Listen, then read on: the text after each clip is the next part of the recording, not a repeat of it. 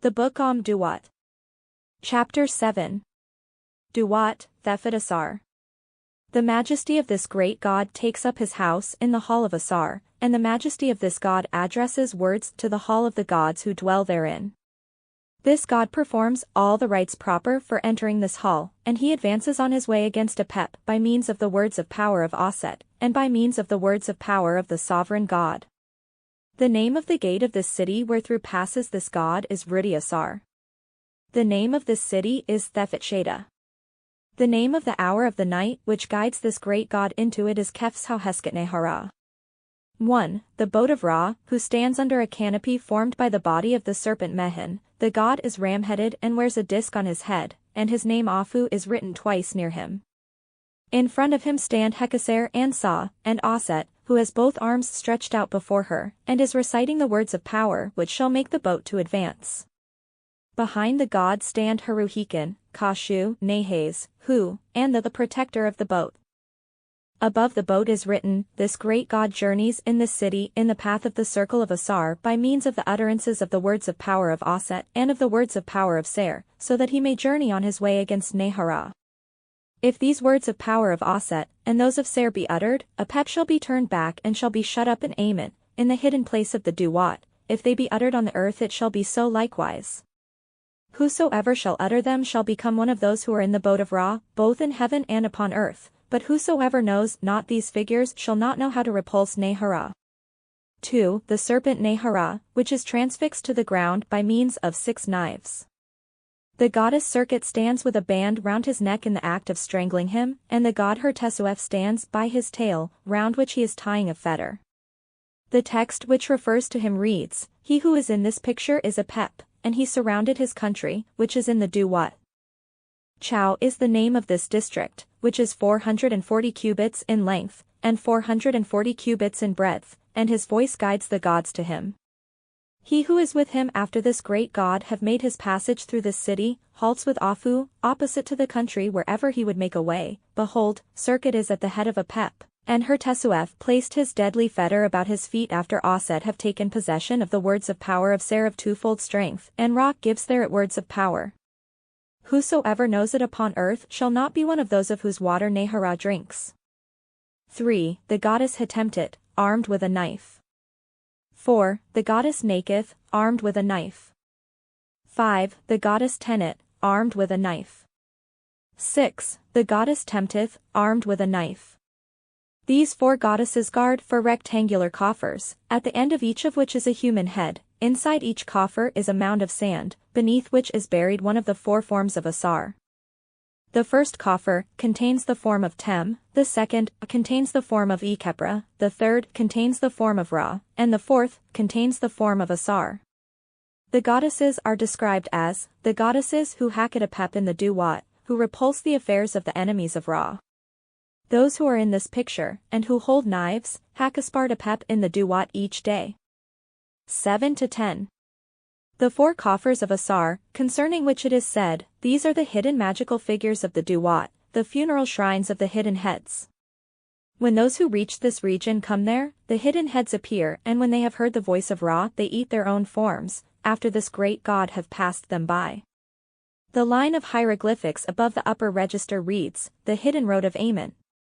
The great God makes his way over it in his holy boat, and he passes over this road which has no water, and none to tow. He makes his way by means of the words of power of Aset, and by means of the words of power of Semsu, and the utterances of this great God himself act as magical protectors, and perform the slaughters of Apep in the Duat, in this circle in his windings in the sky. Whosoever shall make a copy of these pictures according to the similitudes which are in writing at the northern side of the hidden palace in the Duat, they shall act for him that makes them as magical protectors in heaven and in earth. Whosoever knows them shall be as the spirits with Ra. 11. The god Nebust, standing, and holding a scepter in his right hand. 12. The goddess Sethab. In the upper register are, 1. The god Sheps, in mummied form, seated, and holding in his right hand some curved object, which resembles a boomerang. 2. The goddess Oth, with the head of a lioness, holding the symbol of a life in her right hand, and a scepter in her left. 3. The Uraeus Anquithit, with the head of a woman. 4. A god in human form, seated on a throne, wearing plumes and an uraeus on his head, with a life in his right hand, and the scepter in his left. This god is called Thephet-Asar, and he is seated under a canopy which is formed by the body of a monster serpent called Ankaru. The text which refers to the first three gods reads, "The majesty of this great and holy God says, Grant you me to come forth on the path by your spittle and by your throat, and let me utter the word which is Am-Duat to Ankit, and let me open your fold, for I have come to illumine the darkness, and to embrace him that is in Mehen." The text which refers to Thephet-Asar reads, "This God says to Asar, who dwells in the serpent Mehen, Hail, Asar, governor of the Am-Duat, you Lord of life, you ruler of Amentet, you shall live your life, you have magical power, and shall prevail by magical power in this land. You do exalt those who are in your following on their arrival before you. Your enemies are beneath your feet, you have gained the mastery over those who have worked against you. The flames of fire are against them, he burns them up with his blazing knife which is over them, he hacked them in pieces and chopped them up with his slaughtering knife, and he reckoned up his members each day. Oh, let me pass over you in peace." 5. 3 headless figures, kneeling, with their arms tied behind their backs, these represent the enemies of Asar. Behind these stands a fierce cat-headed god, who holds a huge pointed stake in one hand, and flourishes a large knife in the other. 6. 3 enemies of Asar lying on their backs, round the right arm of each a rope is tied, and the other ends of the 3 ropes are in the hands of a god called Anku. The passage which refers to these reads, "The majesty of this God says, O you spirit who are hostile to Asar, who have rebelled against the governor of the Am-Duat, your hands and arms are fettered, and you are tied tightly with bonds, and your souls are kept under ward, and your shades are hacked in pieces. Anku have drawn the cords about you so tightly that you shall never be able to escape from his restraint."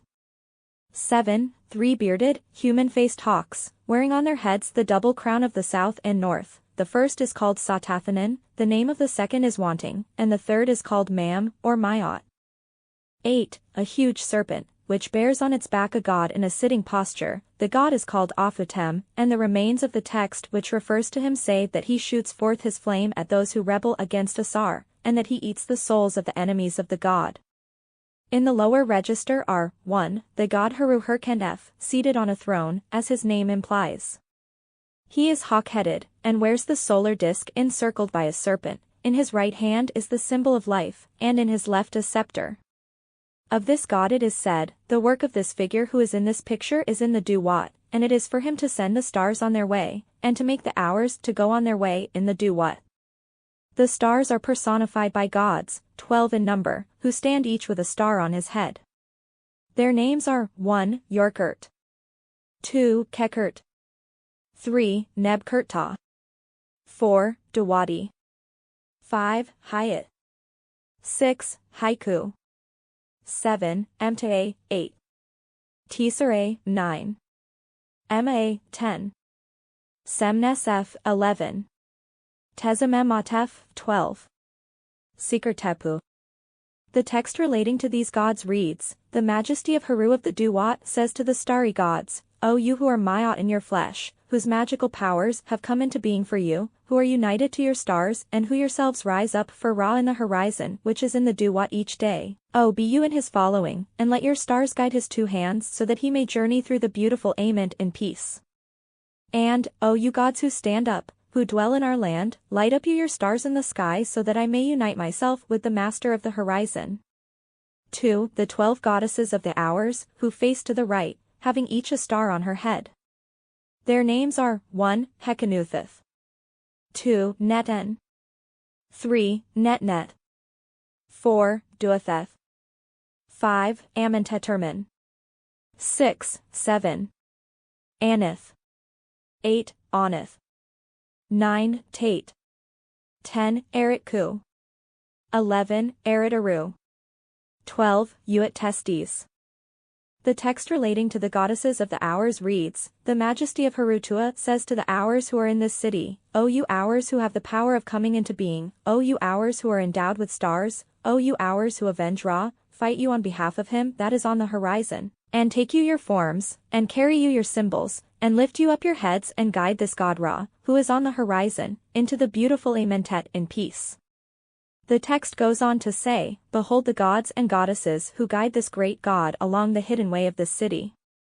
3. In front of the Hours is an enormous crocodile called Am-Duat, which is described as Asar, the eye of Ra. The crocodile stands upon a long funeral mound, out of the end of which, immediately under the head of the animal, appears a bearded human head, i.e., the head of Asar. Of the crocodile the text says, "He who is in this picture is Abshau, and he is the warden of the symbols of this city. When he hears the voice of the boat of Ra which is addressed to the eye which is in his cheek, the head which is in his dominion makes its appearance, and then it eats its own form after this great god have passed it by. Whosoever knows this picture Abshau shall not devour his soul,